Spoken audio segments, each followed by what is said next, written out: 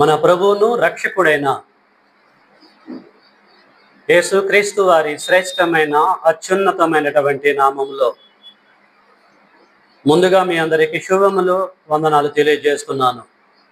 Okay, ప్రియమైన దేవుని పిల్లలారా, ఈ సమయంలో మనము పరిశుద్ధ గ్రంథములో నుంచి మరొక ప్రాముఖ్యమైనటువంటి అంశమును పార్ట్ 2గా తెలుసుకుందాము. ఆ అంశము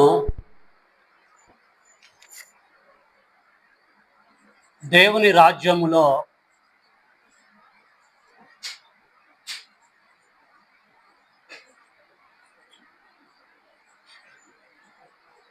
బల్ల.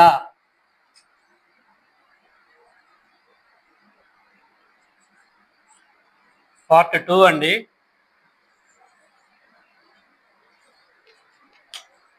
దేవుని రాజ్యములో బల్ల. దేవుని రాజ్యంలో బల్ల అంటే మామూలు బల్లాలు కావు. ప్రభువు బల్ల. దానికి సంబంధించిన ఇన్ఫర్మేషన్ పార్ట్ 1లో మీకు చెప్పాను నేను. అద్భుతమైనటువంటి అంశము. ప్రతి ఒక్కరూ వింటూ విశ్లేషించవలసినటువంటి అంశము, విశ్లేషించి వదిలిపెట్టకుండా పాటించవలసిన అంశము.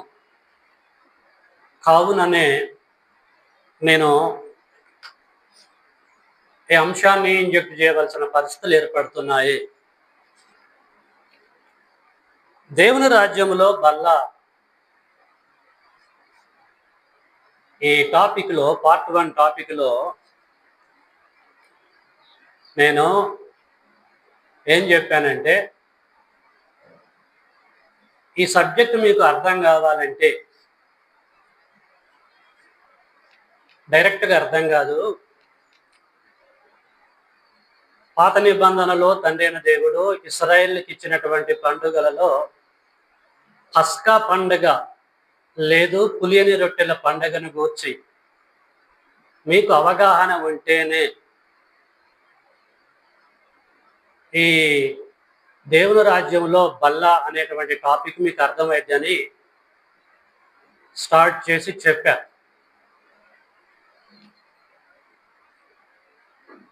పస్కా పండుగను గురించి ఏం చెప్పా నేను? పస్కా అంటే ఏమిటి? దేవుడు పండుగను ఎందుకు ఇచ్చాడు? తండ్రి అయిన దేవుడు ఇశ్రాయేలు జనాంగానికి ఈ పస్కా పండుగ ఎందుకు ఇవ్వవలసిన పరిస్థితి ఏర్పడ్డది? దానికి సంబంధించిన మూలాన్ని మీకు చెప్పా. ఏం చెప్పా? పస్కా పండుగ ఇచ్చుటల్లో వారికి, ఇశ్రాయేలీలకి, క్రైస్తవులకు కాదు. దేవుని ఉద్దేశం ఏంటిది? ఐగుప్తు నుండి విడుదలకి గుర్తుగా మీరు ఆచరించాలి అని ఆ పండుగను వారికి ఇచ్చాడు. ఈ పండుగను ఎప్పుడు ఆచరించాలి వారు? ప్రతి ఆదివారమా? నెలకొక్క రోజా? ఎప్పుడెప్పుడు ఆచరించాలి? సంవత్సరానికి ఒకసారి ఖచ్చితంగా వారు ఆచరించాలి. పస్కా పండుగ అయితేనేమో ఒకటే రోజు ఆచరించాలి. పస్కా పండుగ తర్వాత సెకండ్ డేనే పులియని రొట్టెల పండుగ ప్రారంభించబడుతుంది. పులియని రొట్టెల పండుగ 7 రోజులు. పస్కా పండుగ అండ్ పులియని రొట్టెల పండుగ మొత్తం కలిపి 8 దినాలు. సో నేను పులియని రొట్టెల కాన్సెప్ట్ చెప్పలేదు, కానీ పస్కా యొక్క ఇన్ఫర్మేషన్ అందించా. లైట్గా టచ్ చేసి సబ్జెక్ట్లకు వద్దామని బ్యాక్ నుంచి వస్తున్నాను, అంతే తప్ప మా టయాన్ని వేస్ట్ చేయట్లేదు. నేను కొంచెం ఫౌండేషన్ గట్టిగా ఉంటుందని. ప్రతి ఇశ్రాయేలీయుడు దీన్ని పాటించాలి. ఇన్ కేస్ ప్రతి సంవత్సరము సున్నతి చేయబడిన ఇశ్రాయేలీయుడు పాటించలేదంటే వాడిని అలాగే ఉంచమని చెప్పేసి అన్నాడు. ఆ సమాజంలో ఏం చెప్పాడు? వాడు కొట్టివేయబడాలి, ఖచ్చితంగా వాడు సావాలి అని ఖండితమైన ఆజ్ఞలు జారీ చేశాడు. కాబట్టి ప్రతి ఇశ్రాయేలీయుడు ప్రియులారా ఈ పండుగని ఆచరించవలసినదే. ఈ పండుగ ఎక్కడ ఆచరించాలని చెప్పేసి అన్నా నేను? ఒక ప్రత్యేకమైనటువంటి ప్లేస్లో, దేవుడు చెప్పినటువంటి ప్లేస్, అక్కడికి వెళ్ళి ఈ పస్కాని ఆచరించాలి. తర్వాత కానానికి వెళ్ళాక యెరూషలేము పట్టణంలో మందిరం కట్టబడ్డ తర్వాత మందిరంలోనే దీన్ని ఆచరించాలని చెప్పేసి అన్నాను. ఓకే, రూట్ అంతా క్లియరేగా? ఇంకా నేనేం చెప్పాను? వారి మధ్యలో అన్యుడు ఎవడున్నా సరే, సున్నతి చెయ్యబడినటువంటి వాడు, ఐగుప్తు నుంచి సహవాసంతో వచ్చిన ఫ్రెండ్స్ ఉంటారు కదా, వాడు ఉన్న పండుగను వారు ఆచరిస్తున్నప్పుడు మన ఇంట్లోనే ఉన్నాడులే, మన జీతగాడులే, వాడు కూడా ఆచరించాలి అని పస్కా భోజనములో వాడు పార్టిసిపేషన్ కాకూడదు, వాడికి సంబంధం లేదు అని చెప్పేసి అన్నా నేను. ఒకవేళ ఎవడైనా సరే వెండితో కొనబడ్డ, బంగారంతో కొనబడ్డ వీళ్ళ పర్సన్ అయినప్పుడు వారికి ఒకవేళ సిజరింగ్ చేశారనుకో సున్నతి, ఖచ్చితంగా వాడు పార్టిసిపేషన్ చేసుకోవచ్చు అని చెప్పేసి రూట్ అంతా క్లియర్ చేశారు. ఓకే, నిద్రపోకాకండి దయచేసి, ఎలాంటిగా ఉండండి. తెల్లారి 9 కూడా కాలే. ఏం చేయాలి నాకు అస్సలు అర్థం కాదు. కోపం రాదా అండి సేవకుడికి? ఒక సబ్జెక్టు చెబుతున్నాడు వాడంటే ఎంత ప్రిపేర్ అవుతాడండి. మనమేమో హోటల్ తెరవగానే వెళ్ళి కూర్చొని ప్లేట్ ఇడ్లీ, ప్లేట్ సాంబార్ అడుగుతాం 10:30కి. అది సిద్ధం చేయాలంటే హోటల్ యజమాని ఎప్పటి నుంచి స్టార్ట్ చేస్తాడండి? 2-2ంటికి లేస్తాడు వాడు. మీరు అర్థం చేసుకోండి. దయచేసి దేవుడి సన్నిధిలో ఎలాంటిగా ఉండాలండి. మామూలు విషయాలు చెప్పాలి మీకు. థియాలజికల్ కాలేజీలో కూడా ప్రొఫెసర్స్ అందించినటువంటి సంగతులు చెప్తున్నా మీకు నేను. కాబట్టి ఎక్కడ చెప్పా, ఎక్కడికి వచ్చా, ఎవరైనా సరే దీన్ని పాటించవచ్చు సున్నతి చేయబడితే, అన్యుడు మాత్రము పాటించకూడదు. ఇప్పుడు కొత్త బిట్టు చెప్తున్నా. ఈ పస్కా పండుగని ఎప్పుడు ప్రారంభించారు ఇశ్రాయేలీలు? ఎంతకాలము ఆచరించారు? 40 సంవత్సరాలు ఖచ్చితంగా వారు ఆచరించుకుంటూ వచ్చారు. 40 సంవత్సరాలు దీన్ని పాటించారా? అంటే యేసుక్రీస్తు వారు వచ్చేంత వరకు, యేసుక్రీస్తు వారు వచ్చి దాన్ని బ్రేక్ చేసేంత వరకు వాళ్ళు ఆచరించుకుంటూనే వచ్చారు. ఐగుప్త దేశములో ప్రారంభించబడిన ఈ పస్కా లేదు పులియని రొట్టెల పండగ మోషే కాలములో ప్రారంభించబడ్డది. ఎప్పటి వరకు అది కొనసాగిందంటే యేసుక్రీస్తుల వారు వచ్చి చనిపోయేంత వరకు ఇది కొనసాగింది ఇశ్రాయేలీల మధ్యలో. అంటే 40 సంవత్సరాలు కాదు, దాదాపు 1500 సంవత్సరాలు దీన్ని వీరు పాటించారండి. ఎన్ని సంవత్సరాలు అండి? 1500 సంవత్సరాలు ఇశ్రాయేలు జనాంగము దీన్ని పాటించుకుంటూనే వచ్చారు. ఇశ్రాయేలీలలో లేదు యూదులలో ఎవడు పుట్టినా ఖచ్చితంగా దీన్ని ఆచరించవలసిందే. ఇది వారికి నిత్య కట్టడ. ఏం కట్టడ? నిత్యమైన కట్టడ. ఎక్కడ బ్రేక్ అయినా వాళ్ళు నాశనం అయిపోతారు. ఇది సిచ్యువేషన్. తండ్రి అయిన దేవుడు యేసుక్రీస్తు వారిని పుట్టించాడు.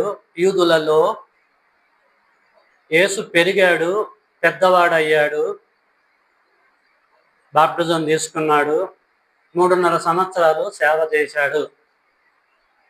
యేసు క్రైస్తవుడా? యేసు యూదుడా? యూదుడు, ఇశ్రాయేలీయుడే. కాబట్టి మరి యేసు దీన్ని పాటించాలా వద్దా? పాటించాలి. యేసు ఖచ్చితంగా పాటించాలి. 33.5 సంవత్సరాలు పాటించాడు. రైట్. ఇక తెల్లారి చచ్చిపోతాడనంగా, యేసు చచ్చిపోతాడనంగా ఈ పస్కాని ఎలా బ్రేక్ చేస్తున్నాడు, ఎలా మారుస్తున్నాడు అనేది ఇప్పుడు మనము ఆలోచించాలి. ఇది కంటిన్యూ ప్రాసెసా, లేకపోతే యేసు వచ్చి దీన్ని ఏమన్నా మాడిఫై చేస్తున్నాడా?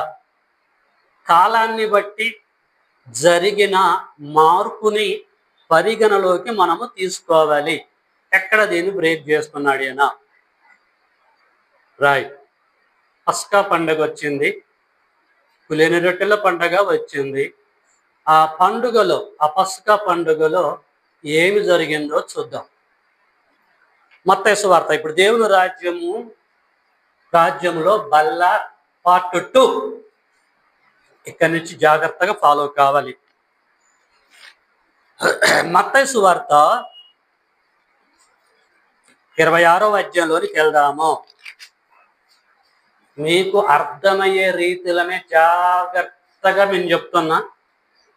ఇప్పుడు గనుక మీరు యూటిలైజ్ చేసుకోకపోతే పరలోకము నుండి ఒక దేవదూత వచ్చి మీకు చెప్పినా మీకు అర్థం కాదు, అసలు రాదు కూడా, అవసరం లేదు. కాబట్టి మీరు అర్థం చేసుకోండి. మత్తయి సువార్త 26వ అధ్యాయము 17 నుంచి 28 వరకు నేనే చదువుతున్నా, చూడండి. మత్తయి సువార్త 26వ అధ్యాయము 17 నుంచి 28. పులియని రొట్టెల పండుగలో, పులియని రొట్టెల పండుగ ఎన్ని రోజులు చేస్తారని చెప్పేసి అన్నా నేను? 7 రోజులు అని చెప్పేసి అన్నా. దానికంటే ముందు పస్కా పండుగ. యూదుల క్యాలెండర్ ప్రకారంగా అబీబు నెల ఆర్ నీసాను నెలలో ఈ మొదటి నెల ప్రారంభించబడుతుంది. మొదటి నెల పేరు అబీబు ఆర్ నీసాను. అది కూడా మనకి గ్రిప్ ఉండాలి, లేకపోతే బైబిల్ అర్థం కాదు. అయ్యే బాబు కూర్చోండి. ఈ పులియని రొట్టెల పండుగలో మొదటి దినమందు శిష్యులు యేసు నద్దకు వచ్చి, పస్కాను భుజించుటకు మేము, శిష్యులు అంటున్నారు, నీ కొరకు ఎక్కడ సిద్ధపరచగోరుచున్నామని అడిగిరి. అందుకైన, మీరు పట్టణమందున్న పలాని మనుషుని యొద్దకు వెళ్ళి, నా కాలము సమీపమై ఉన్నది, నా శిష్యులతో కూడా నీ ఇంట పస్కాను ఆచరించినని బోధకుడు చెప్పుచున్నాడని అతనితో చెప్పుడనెను. యేసు తమకు ఆజ్ఞాపించిన ప్రకారంగా 12 మంది శిష్యులు చేసి పస్కాను సిద్ధపరిచిరి. సాయంకాలమైనప్పుడు ఆయన 12 మంది శిష్యులతో కూడా భోజనమునకు కూర్చుండెను. 21వ వచనం జాగ్రత్తగా వినాలి. వారు భోజనము చేయుచుండగా, పస్కా భోజనము చేయుచుండగా ఆయన, మీలో ఒక్కడు నన్ను అప్పగించునని మీతో 100% చెప్పుచున్నానను. అందుకు వారు బహుదుఃఖపడి ప్రతివాడును, ప్రభువా నేనా అని ఆయన అడగగా, ఆయన, నాతో కూడా పాత్రలో చెయ్యి ముంచిన వాడెవడో వాడే నన్ను అప్పగించువాడు. మనుష్య కుమారుని గూర్చి రాయబడిన ప్రకారంగా ఆయన పోవుచున్నాడు గాని, ఎవని చేత మనుష్య కుమారుడు అప్పగింపబడుచున్నాడో ఆ మనుషునికి శ్రమ. ఆ మనుష్యుడు పుట్టి ఉండని ఎడల వానికి మేలని చెప్పెను. ఆయనను అప్పగించిన యోధ, బోధకుడా నేనా అని అడగగా ఆయన, నువ్వన్నట్టే అనను. 26. వారు భోజనము చేయుచుండగా, పస్కా భోజనం జాగ్రత్తగా వినాలి. వారు భోజనము చేయుచుండగా యేసు ఒక రొట్టెను పట్టుకొని దానిని ఆశీర్వదించి విరిచి తన శిష్యులకిచ్చి, మీరు దీన్ని తీసుకొని తినండి, ఇది నా శరీరం అని చెప్పిండు. మరియు ఆయన గిన్నె పట్టుకొని కృతజ్ఞతాస్తుతులు చెల్లించి వారికిచ్చి, దీనిలోంది మీరు త్రాగండి, ఇది నా రక్తం, అనగా పాపక్షమాపణ నిమిత్తం అనేకుల కొరకు చిందింపబడుచున్న నిబంధన. నిబంధన, కొత్త నిబంధన అని అర్థం. కొత్త నిబంధన రక్తం. నా తండ్రి రాజ్యములో, ఇక్కడ అండర్లైన్ చేసుకోండి, నా తండ్రి రాజ్యములో మీతో కూడా నేను ఈ ద్రాక్షరసము కొత్తదిగా త్రాగు దినం వరకు ఇంకా దాన్ని తాగనని మీతో చెప్పుచున్నానను. అంతటా వారు కీర్తన పాడి ఒలివల కొండకి వెళ్ళిరి. చాలండి. ప్రియులారా, ఒక అద్భుతమైనటువంటి పోర్షన్ని చదువుకున్నాం. పులియని రొట్టెల పండగలో శిష్యులు వచ్చారు. పస్కాను భుజించుట కొరకు మేము నీకు మనందరికీ ఎక్కడ సిద్ధం చేయాలి చెప్పండి అన్నప్పుడు చెప్పవలసిన సంగతులు యేసు చెప్పాడు. సిద్ధం చేశారు. వారు ఏడాది గొర్రె పిల్లని లేదు మేక పిల్లని తీసుకున్నారు, బలిచ్చారు పరమ తండ్రికి. పస్కాని ఆచరిస్తున్న టైం అది. పస్కా పండుగలో యేసు పాల్గొన్నాడు, శిష్యులు కూడా పాల్గొంటున్నారు. కంటిన్యూషన్ ప్రాసెస్ కదది. ఆ పండుగను ఆచరిస్తున్నారు. పండుగను ఆచరిస్తున్న టైంలో, ఆ భోజనము తింటున్న సమయంలో యేసుక్రీస్తు వారు ఏం చేసిండండి? ఏం చేశాడు? 17వ వచనం చదువుకున్నాం మనము. 26వ వచనం చూడండి. వారు భోజనము చేయుచుండగా, ఏమండి, వారు భోజనము చేయుచుండగా, ఏ భోజనము? పస్కా భోజనము చేయుచుండగా. చేస్తున్నారు కదా, ఎంజాయ్తో చేయొచ్చు కదా, హ్యాపీగా దాంట్లో నిమగ్నం అయిపోయి భోజనం చేయొచ్చు కదా యేసు కానీ శిష్యులు కానీ. అక్కడ మారుతున్నాడు చూడండి, పస్కాని మార్చి పడేస్తున్నాడు అక్కడ. ఇంతకాలం మీరు దీన్ని పాటించారు, ఇప్పుడు దీన్ని మాడిఫై చేస్తున్నాను, జాగ్రత్తగా అబ్జర్వ్ చేయండి అని చెప్తున్నాడు. వారు భోజనము చేయుచుండగా యేసు ఒక రొట్టె పట్టుకొని దానిని ఆశీర్వదించి విరిచి తన శిష్యులకిచ్చి, మీరు తీసుకొని తినండి, ఇది నా శరీరము అన్నాడు. ఆల్రెడీ అప్పటికి రొట్టెలు తింటున్నారు కదా, చేదు కూరలతోటి ఆ యొక్క పశువు యొక్క మాంసాన్ని వండుకొని తింటున్నారు కదా. మళ్ళీ ఒక రొట్టెని తీసుకొని అక్కడ దాన్ని బ్లెడ్ చేసి ఇచ్చి, మీరు దీన్ని తినండి, ఇది రొట్టెలాగా కనపడవచ్చు కానీ ఇది రొట్టె కాదు, ఇది నా శరీరం అని చెప్పేసి అంటున్నాడు. అంటే అక్కడ ఏదో ఒక మార్పును చేస్తున్నాడు. ఏదో మార్పు చేస్తున్నాడు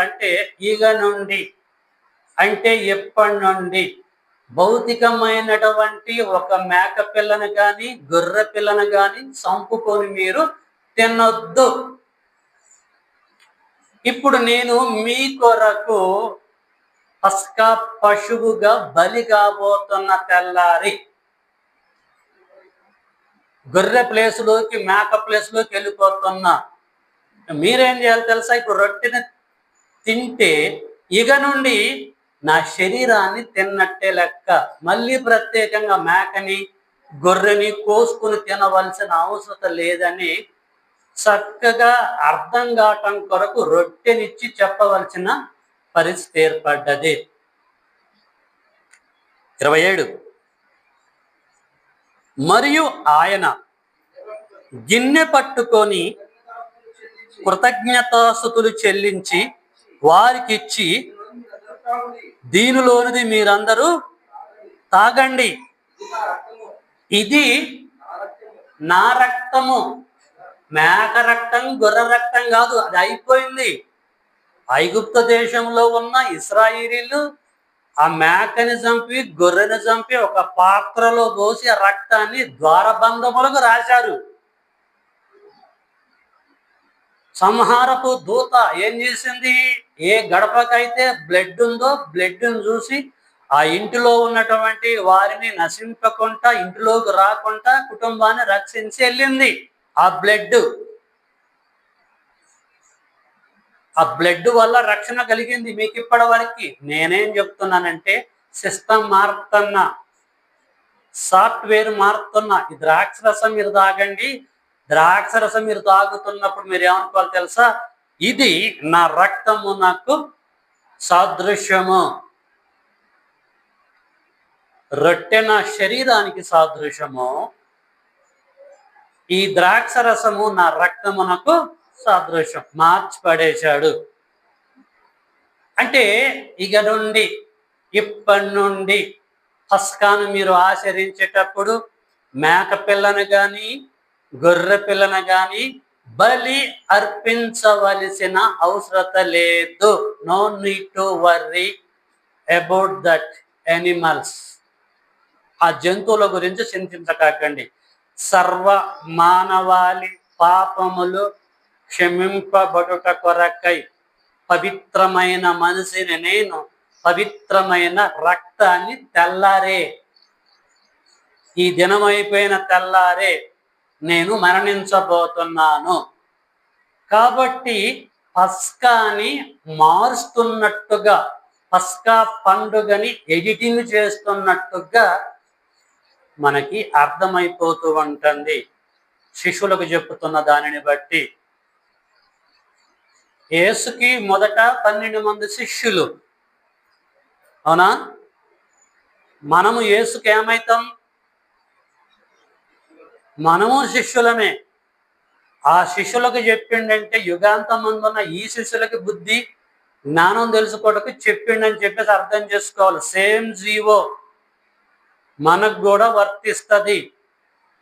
కాబట్టి మనం ఏం చేయాలంటే యేసు వారికి రొట్టె ద్రాక్షరసం ఇచ్చినది మొదలుకొని ఇప్పటి వరకు ప్రతి ఒక్క శిష్యుడు యేసు యొక్క శరీరానికి సాదృశ్యంగా ఉన్న రొట్టెలో పాల్గొనాలి,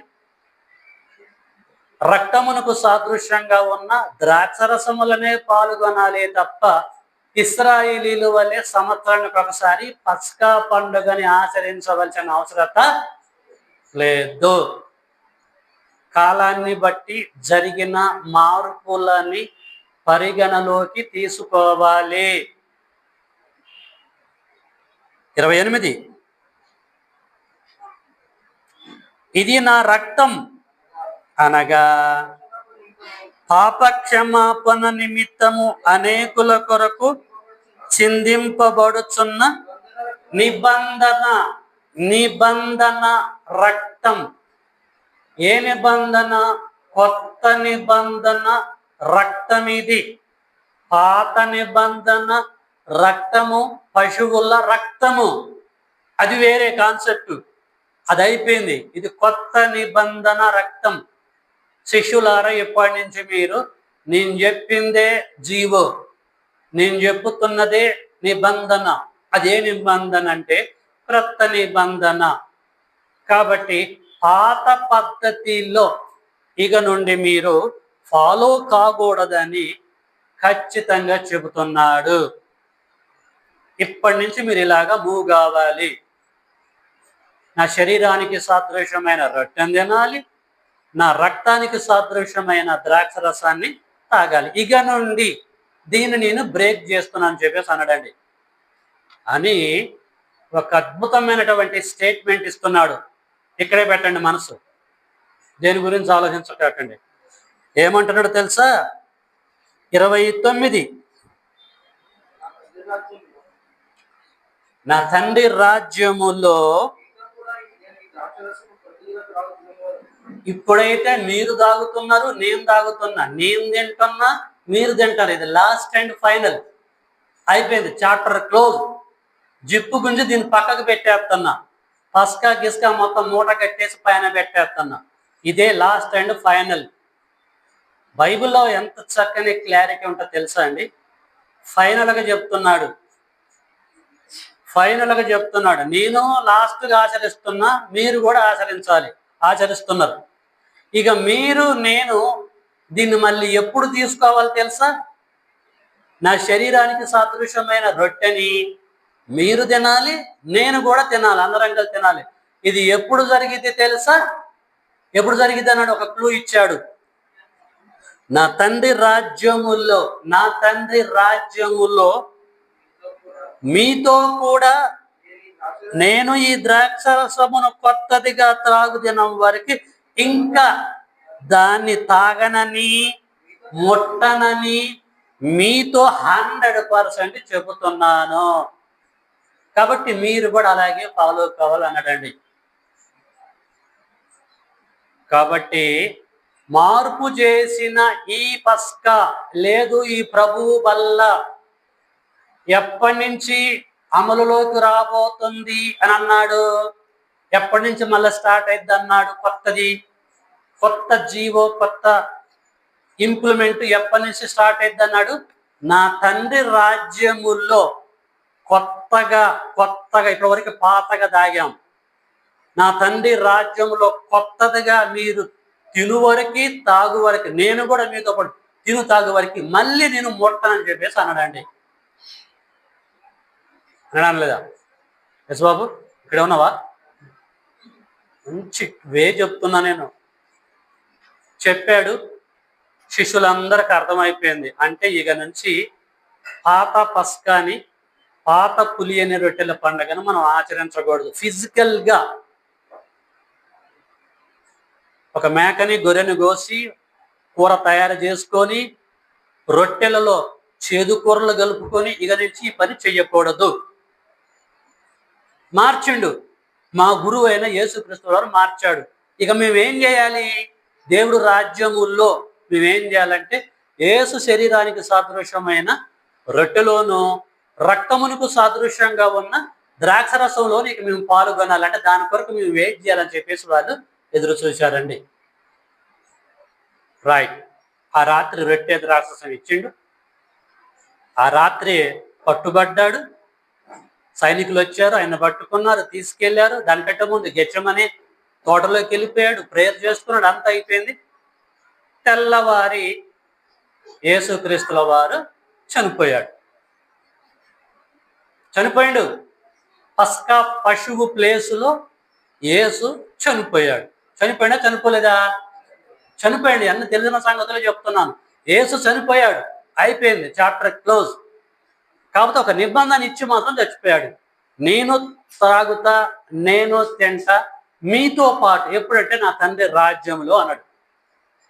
యేసు చెప్పుతున్న టయానికి తండ్రి రాజ్యం వచ్చిందా, రాలేదా? నా తండ్రి రాజ్యములో, పాప మీద దృష్టి పెట్టండి, నా తండ్రి రాజ్యములో మీతో పాటు నేను తినేంత వరకు మళ్ళీ నేను ముట్టను, మీరు కూడా తినరా అన్నాడు. అప్పటికి తండ్రి రాజ్యం రాలే. యేసు చనిపోయినప్పుడు వచ్చిందా? రాలే. ఎప్పుడు వచ్చింది తండ్రి రాజ్యము? తండ్రి రాజ్యం అంటే ఏమని చెప్పేసాను నేను పార్ట్ 1లో, దేవుడు రాజ్యములో బల్ల పార్ట్ 1లో. రాజ్యం అంటే ఏమని చెప్పేసి అన్నాను? సంఘం. అప్పుడు సంఘం రాలే, ఎస్టాబ్లిష్మెంట్ కాలే. యేసు చనిపోయి సమాధి చేయబడి తిరిగి లేచి ఏమండి 40 దినాలు ఉండి శిష్యులు చూస్తుండగానే పరలోకం వెళ్ళి, పరలోకంలో ఉన్న తర్వాత పెంతుకోస్తు అనే పండుగ దినాన క్రీస్తు సంఘం ఎస్టాబ్లిష్మెంట్ అయింది.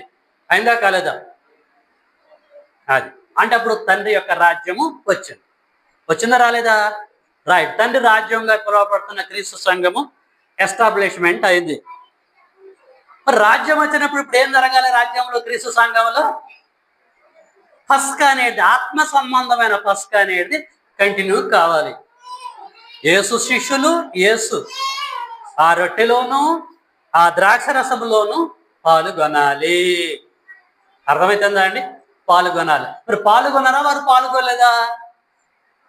ఏమండి, పాల్గొన్నారా పాల్గొనలేదా? సంఘం ఏర్పాటైన తర్వాత అపోస్తుల కార్యము 2వ అధ్యాయంలోకి వెళ్దాము. అపోస్తుల కార్యము 2వ అధ్యాయంలో దేవుడి యొక్క రాజ్యం వచ్చిన తర్వాత ఏం జరిగింది? 41వ వచనం. కాబట్టి 2:41 కాబట్టి అతని వాక్యమును అంగీకరించిన వారు బాప్తిసం పొందిరి. ఆ దినమందు ఇంచుమించు 3,000 మంది చేర్చబడిరి. వీరు అపోస్తలుల బోధ యందును సహవాసమందును రొట్టె విరుసుట యందును ప్రార్థన చేయుట యందును ఎడతెగక ఉన్నారు. ఎడతెగక శిష్యులు ఉన్నారంటే ఏం చేసిన వాళ్ళు? పస్కా పండగని, ఫిజికల్ పస్కా పండగ కాదు, ఆత్మ సంబంధమైన పస్కా పండుగని వారు ఆచరించారు.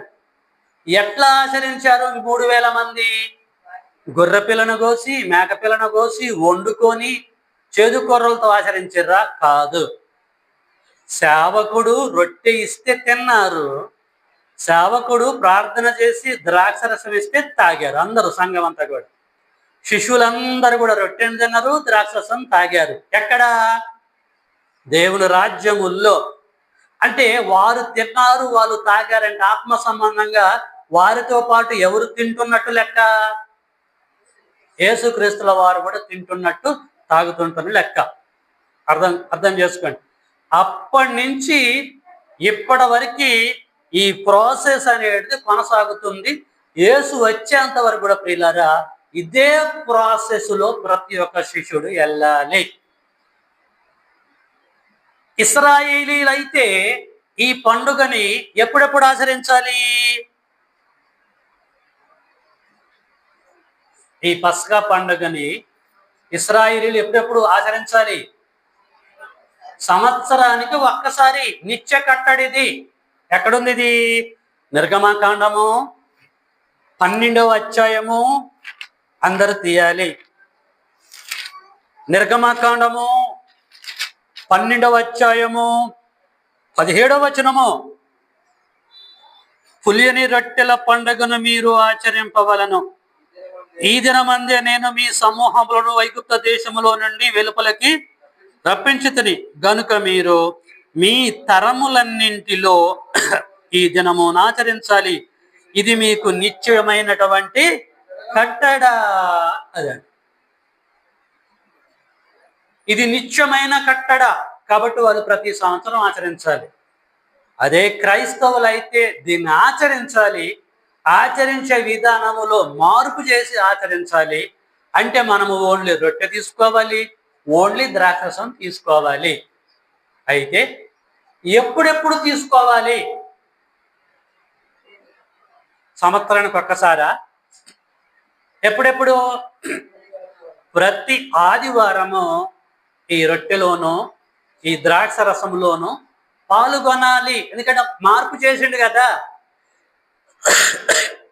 ప్రతి ఆదివారం. ఎందుకంటే ఆదివారం దిన మన సంఘము ఎస్టాబ్లిష్మెంట్ అయింది. ఆదివారానికి ఒక ప్రాధాన్యత ఉంది. ఆది అపోస్తులు ఆది సంఘము ఆదివారం రోజు దీన్ని ఆచరించారు. వీరు అపోస్తుల బోధ ఎందును సహవాసమందును రొట్టె విరుసుట ఎందును ప్రార్థన చేసే విషయం నందు ఎడతెగక ఉన్నారు. ఇది మనకి ప్రతి ఆదివారము రొట్టెలోను ద్రాక్షరసములోను మనము పాల్గొనాలన్నది ఇది ఆజ్ఞ. వారికి సంవత్సరానికి ఒకసారి పాల్గొనాలన్నది వారికి ఆజ్ఞ. కొరింథీయులకు రాసిన మొదటి పత్రిక 11వ అధ్యాయం అందరు తీయండి. మొదటి కొరింథీ 11వ అధ్యాయము 17వ వచనము,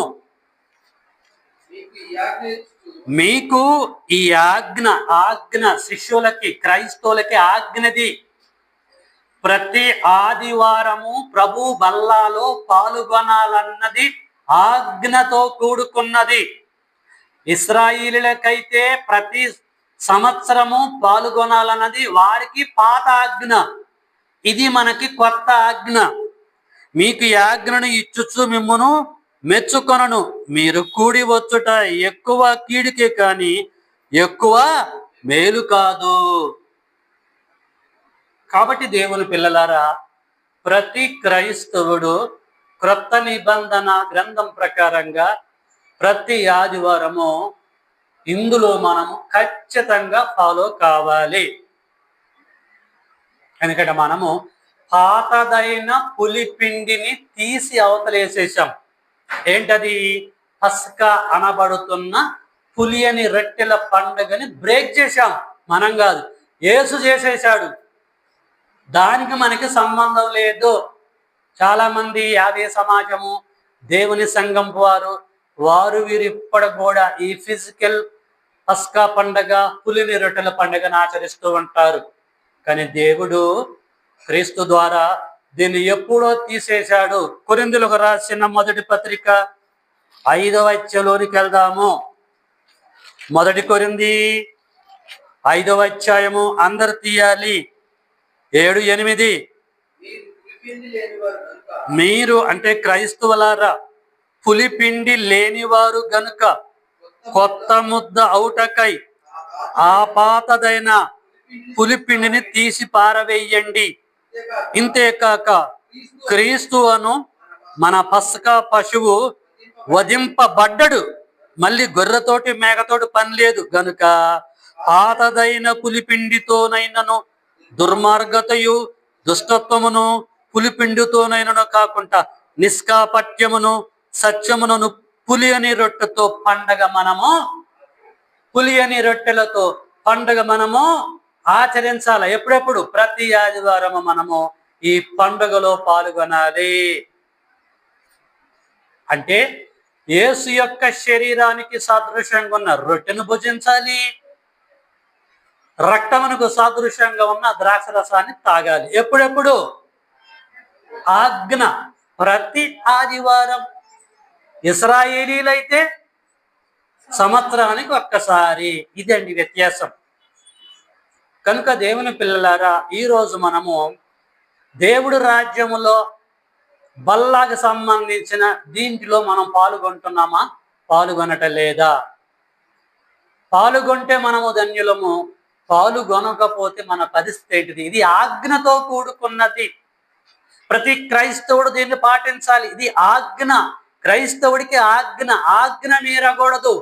ఆజ్ఞ అతిక్రమమే పాపం, పాపం వలన వచ్చే జీతము మరణము. ఎంతమంది ఈరోజు క్రీస్తు సంఘములో బాప్టిజం తీసుకున్న వారు ప్రతి ఆదివారము దేవుడి యొక్క ఆజ్ఞని మీరుతున్నారు. అంటే ఆరాధనకి రావటం లేదు, ఇందులో పాల్గొనటం లేదు. పాపమా కాదా అండి? పాపం వలన వచ్చేటువంటి జీతము మరణము. ప్రియమైన దేవుని పిల్లలారా,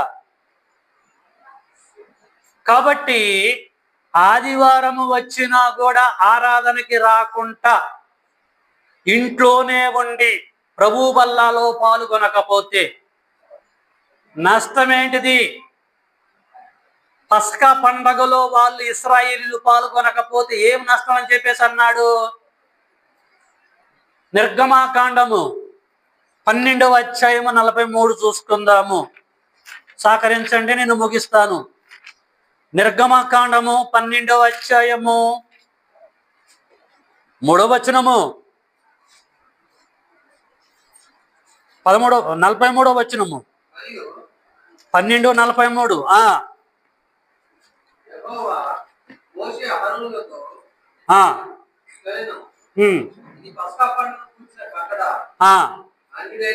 అన్యుడైనను తినకూడదు గాని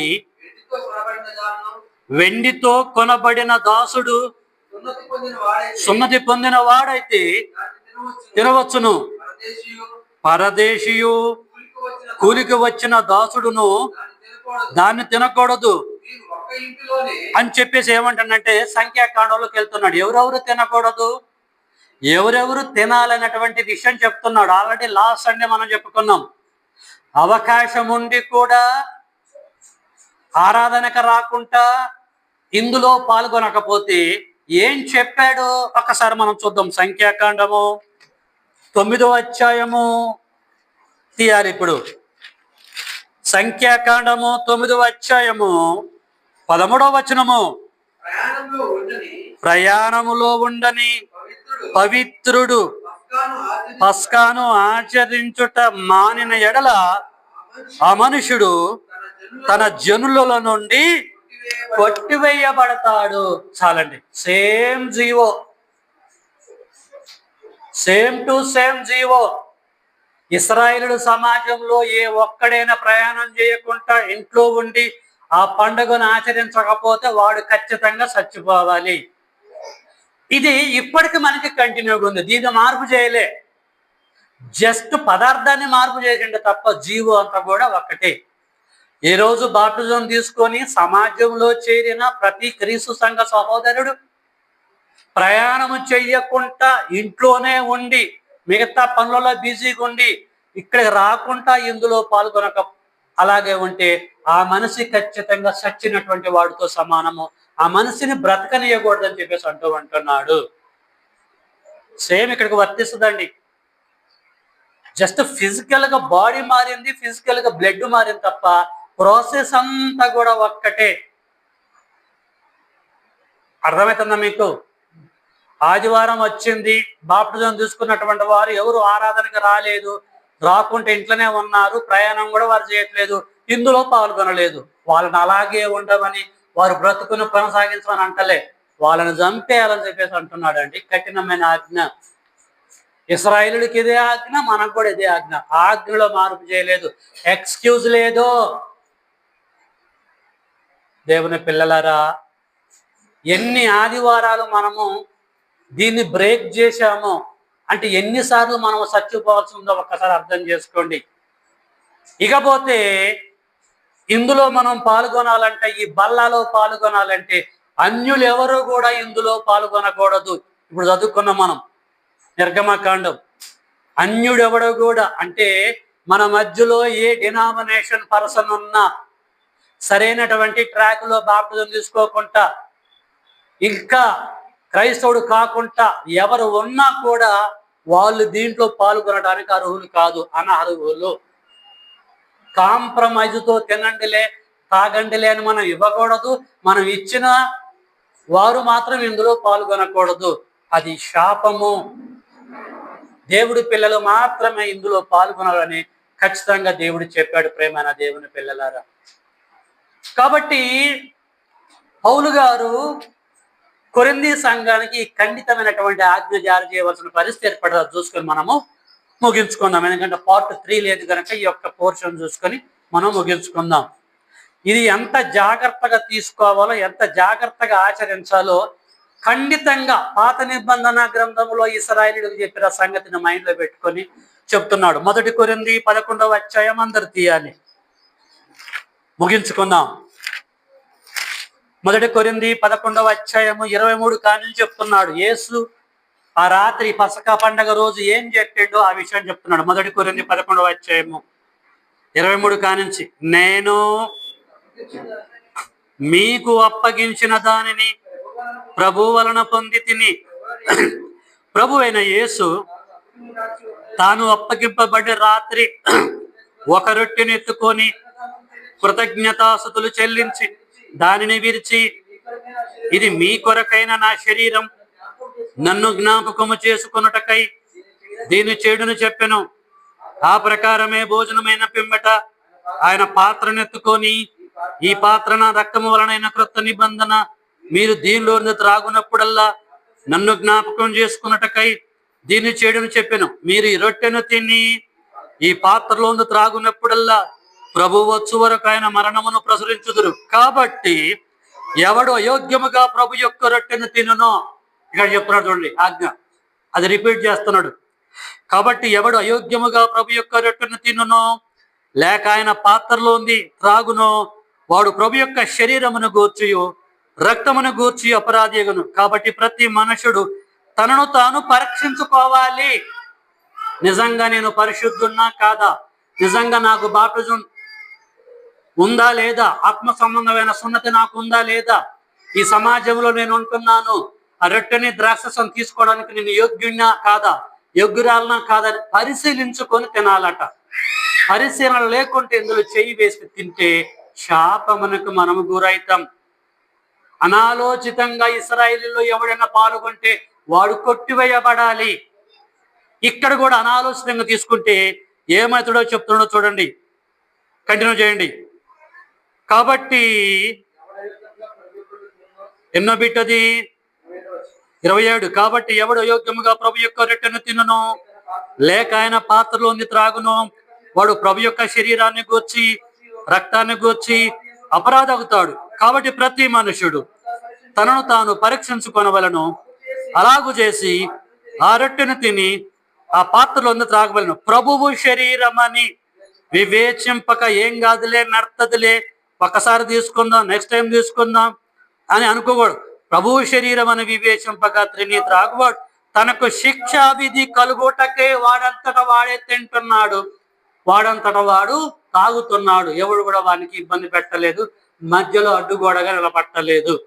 వాడు తింటున్నాడు తాగుతున్నాడు అని ఆలోచిస్తుందంటే వాడు ఏళ్ళు తీసుకుని వానికంటే వాడు పొడుచుకుంటాడని లెక్క అని అంటుండండి. కాబట్టి కింద ఏమంటాడు చూడండి, కంటిన్యూ చూడండి. కాబట్టి అదే బిడ్డ చదువునాయన. కాబట్టి ప్రతి మనుషుడు తనను తాను పరీక్షించుకొనవలను, అలాగు చేసి ఆ రొట్టెను తిని ఆ పాత్రను తాగవలను. ప్రభు శరీరమును వివేచింపక త్రిని త్రాగువాడు శిక్షా విధి కలుటకై త్రిని సాగుతున్నాడు. అందువలననే మీలో అనేకులు బలహీనులు అవుతున్నారు, రోగులు అంటే చచ్చిపోతున్నారు. అక్కడ వాళ్ళైతే ఫిజికల్ గా వాళ్ళు చచ్చిపోవాలి, కానీ ఇక్కడ అనాలోచన తీసుకుంటారు కనుక ఆత్మ సంబంధంగా అందరూ చచ్చిపోతారు అని చెప్పేసి కన్ఫ్యూషన్ ఇస్తున్నాడు. కనుక దేవుని పిల్లలారా, దేవుడు రాజ్యములో బల్లాకున్న ప్రాధాన్యత అంత కాకపోయినా కొంత మీకు చెప్పా. ఎంత ఇంపార్టెంటో రొట్టెకి ద్రాక్షరసానికి ఎంత ఇంపార్టెంటో మీకు చెప్పా. ఈ రొట్టె యేసు యొక్క పవిత్రమైన శరీరానికి సాదృశ్యమైనది, ఈ ద్రాక్షరసము యేసు యొక్క పవిత్రమైన రక్తానికి సాదృశ్యమైనది. పస్కా పశువుగా యేసు చనిపోయాడు, ఈ పస్కాను మార్చాడు. దీన్ని మనం ఫాలో కావాలి. అర్హత లేని వారు దీంట్లో పాల్గొనకూడదు. అర్హులైనటువంటి ప్రతి ఒక్కరు దీన్ని పాల్గొనాలి. ఎప్పటి వరకు దీన్ని కొనసాగించాలి ఏమండి? ఎప్పటి వరకు? వారు ఎంతకాలం ఫాలో అయ్యారు, వారు చచ్చిపోయేంత వరకు చేయాలి. మనం కూడా చచ్చిపోయేంత వరకు ఇందులో పాల్గొనాలి. లేదు, యేసుక్రీస్తు వారు వచ్చేంత వరకు ఇందులో పాల్గొనాలి.